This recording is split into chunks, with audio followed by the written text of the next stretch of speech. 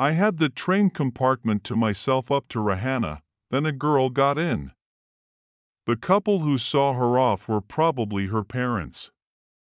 They seemed very anxious about her comfort, and the woman gave the girl detailed instructions as to where to keep her things, when not to lean out of windows, and how to avoid speaking to strangers. They called their goodbyes and the train pulled out of the station. As I was totally blind at the time, my eyes sensitive only to light and darkness, I was unable to tell what the girl looked like.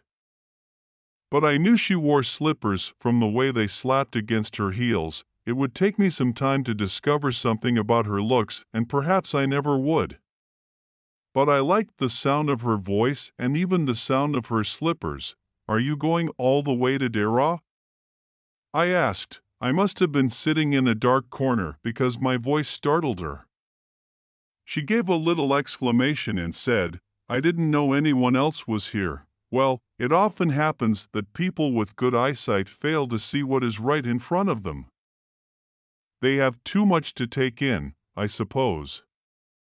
Whereas people who cannot see, or see very little, have to take in only the essentials, whatever registers tellingly on their remaining senses. "I didn't see you either," I said. "But I heard you come in." I wondered if I would be able to prevent her from discovering that I was blind. Provided I keep to my seat, I thought, it shouldn't be too difficult. The girl said, "I am getting off at Saharanpur. My aunt is meeting me there." "Then I had better not get too familiar," I replied. Ants are usually formidable creatures. "Where are you going?" she asked.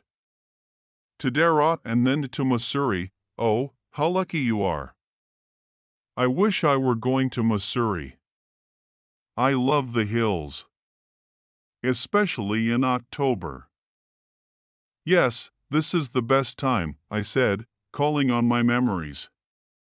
"The hills are covered with wild dahlias, the sun is delicious, and at night you can sit in front of a log fire and drink a little brandy. Most of the tourists have gone and the roads are quiet and almost deserted." "Yes, October is the best time." She was silent. I wondered if my words had touched her or whether she thought me a romantic fool. Then I made a mistake. "What is it like outside?" I asked. She seemed to find nothing strange in the question. Had she noticed already that I could not see? But her next question removed my doubts. "Why don't you look out of the window?" she asked. I moved easily along the berth and felt for the window ledge. The window was open and I faced it, making a pretense of studying the landscape. I heard the panting of the engine, the rumble of the wheels, and, in my mind's eye, I could see telegraph posts flashing by. "Have you noticed," I ventured, "that the trees seem to be moving while we seem to be standing still?" "That always happens," she said. "Do you see any animals?" "No," I answered quite confidently. I knew that there were hardly any animals left in the forests near Dara. I turned from the window and faced the girl, and for a while we sat in silence. "You have an interesting face," I remarked. I was becoming quite daring, but it was a safe remark. Few girls can resist flattery. She laughed pleasantly, a clear, ringing laugh. "It's nice to be told I have an interesting face. I'm tired of people telling me I have a pretty face." "Oh, so you do have a pretty face," thought I. And aloud I said, "Well, an interesting face can also be pretty." "You are a very gallant young man," she said. "But why are you so serious?" I thought, then, that I would try to laugh for her, but the thought of laughter only made me feel troubled and lonely. "We'll soon be at your station," I said. "Thank goodness it's a short journey. I can't bear to sit in a train for more than 2 or 3 hours." Yet I was prepared to sit there for almost any length of time, just to listen to her talking. Her voice had the sparkle of a mountain stream. As soon as she left the train she would forget our brief encounter. But it would stay with me for the rest of the journey and for some time after. The engine's whistle shrieked. the carriage wheels changed their sound and rhythm. The girl got up and began to collect her things. I wondered if she wore her hair in a bun or if it was plaited. Perhaps it was hanging loose over her shoulders. Or was it cut very short? The train drew slowly into the station. Outside, there was the shouting of porters and vendors and a high-pitched female voice near the carriage door.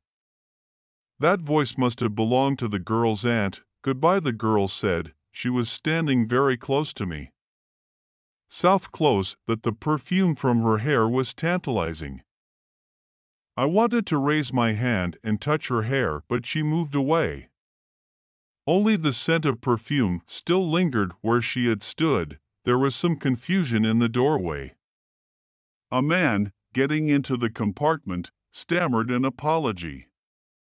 Then the door banged and the world was shut out again.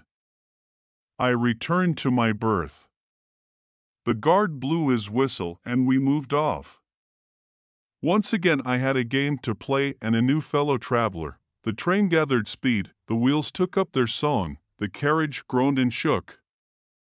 I found the window and sat in front of it, staring into the daylight that was darkness for me. So many things were happening outside the window. It could be a fascinating game guessing what went on out there. The man who had entered the compartment broke into my reverie. "You must be disappointed," he said. "I'm not nearly as attractive a traveling companion as the one who just left." "She was an interesting girl," I said. "Can you tell me, did she keep her hair long or short?" "I don't remember," he said, sounding puzzled. "It was her eyes, I noticed, not her hair. She had beautiful eyes, but they were of no use to her.